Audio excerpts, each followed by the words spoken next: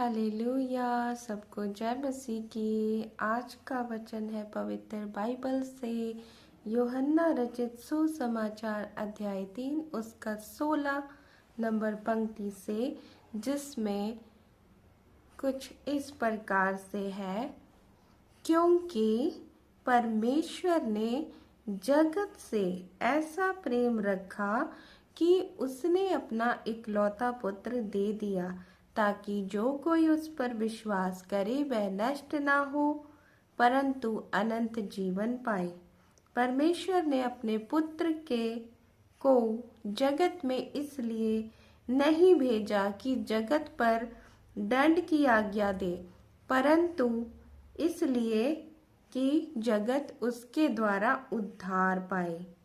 जो उस पर विश्वास करता है उस पर दंड की आज्ञा नहीं होती, परंतु जो उस पर विश्वास नहीं करता वह दोषी ठहर चुका, इसलिए कि उसने परमेश्वर के इकलौते पुत्र के नाम पर विश्वास नहीं किया।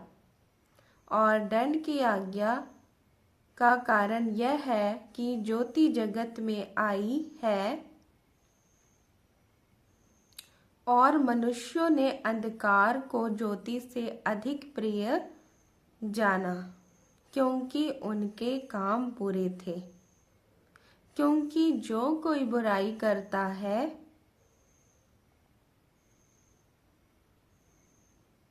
वह ज्योति से बैर रखता है और ज्योति के निकट नहीं आता, ऐसा ना हो कि उसके कामों पर दोष लगाया जाए।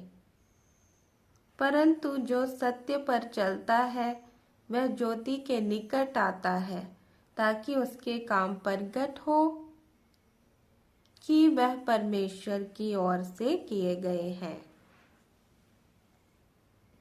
परमेश्वर ने जगत से प्रेम रखा, इसलिए उन्होंने अपना इकलौता पुत्र हमें दे दिया कि हम उस पर विश्वास करें। यीशु मसीह हमारे उद्धारकर्ता परमेश्वर बन गए और वो कुंवारी माँ मरियम से जन्म लिए और परमेश्वर हमारे लिए सलीब पर क्रूस पर चढ़ाए गए और मुर्दों में से तीसरे दिन जीवित हुए, जिंदा हुए। प्रभु यीशु मसीह ने हम सब के पापों के लिए अपना क्रूस पर खून बहाया और हम सब के पापों की क्षमा के लिए वे बलिदान हुए। प्रभु यीशु मसीह ने हमें अपना सब कुछ दे दिया। यीशु मसीह के आने से पूर्व बहुत पहले ही भविष्यवाणियां हुई थी कि देखो मेरा धर्मी दास।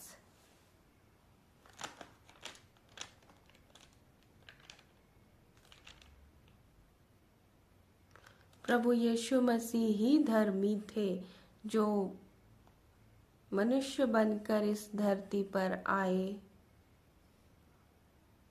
और हम सब के पापों को उठा लिया।